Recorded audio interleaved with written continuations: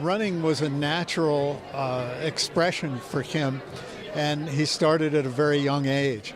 At 8 years of age, he asked me, "Can I go running with you, Dad?" I said, I run far. And he says, "Well, yesterday I did the loop." I said, "Dan, the loop is 3 miles. He says, "Yeah, that's what I did." I said, "All right." I thought, well, maybe it's better if he's running with me than if he's running on the streets alone.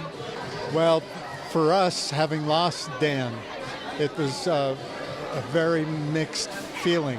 I mean, we are very proud of him, and we knew that he deserved recognition, but it brings up so many stories and so much emotion. It's very hard. Early on, age 9, he entered the state championship in the mile race and finished last. And then we put him in the indoor mile, and he finished last.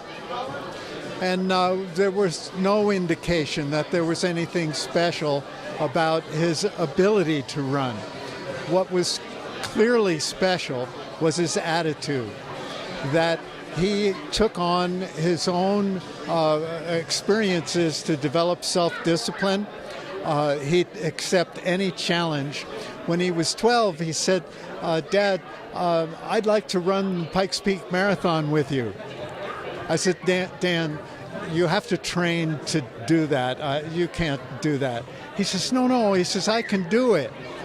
And I said, "Well, I'll tell you what. I'll write you a 3-month training schedule.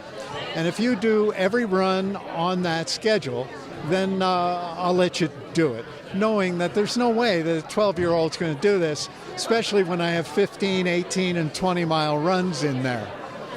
So in the middle of July, we're having breakfast.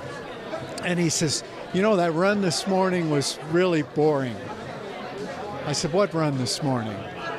He said, "Well, on my schedule, you had a 15-mile run for me." I said, "Did you run 15 miles before breakfast this morning?" He says, "Yeah." I said, "Are you telling me you've done all of the training that I put on that schedule?" He says, "Yeah." I said, "All right, I'll do the rest of the schedule with you, and you can run Pikes." So at age 12, we ran together. We ran as far as A-frame, which is up at Tree Line, and at Tree Line, he was out of gas. And so I went to the aid station guys there, and I said, "You guys have some breakfast here?"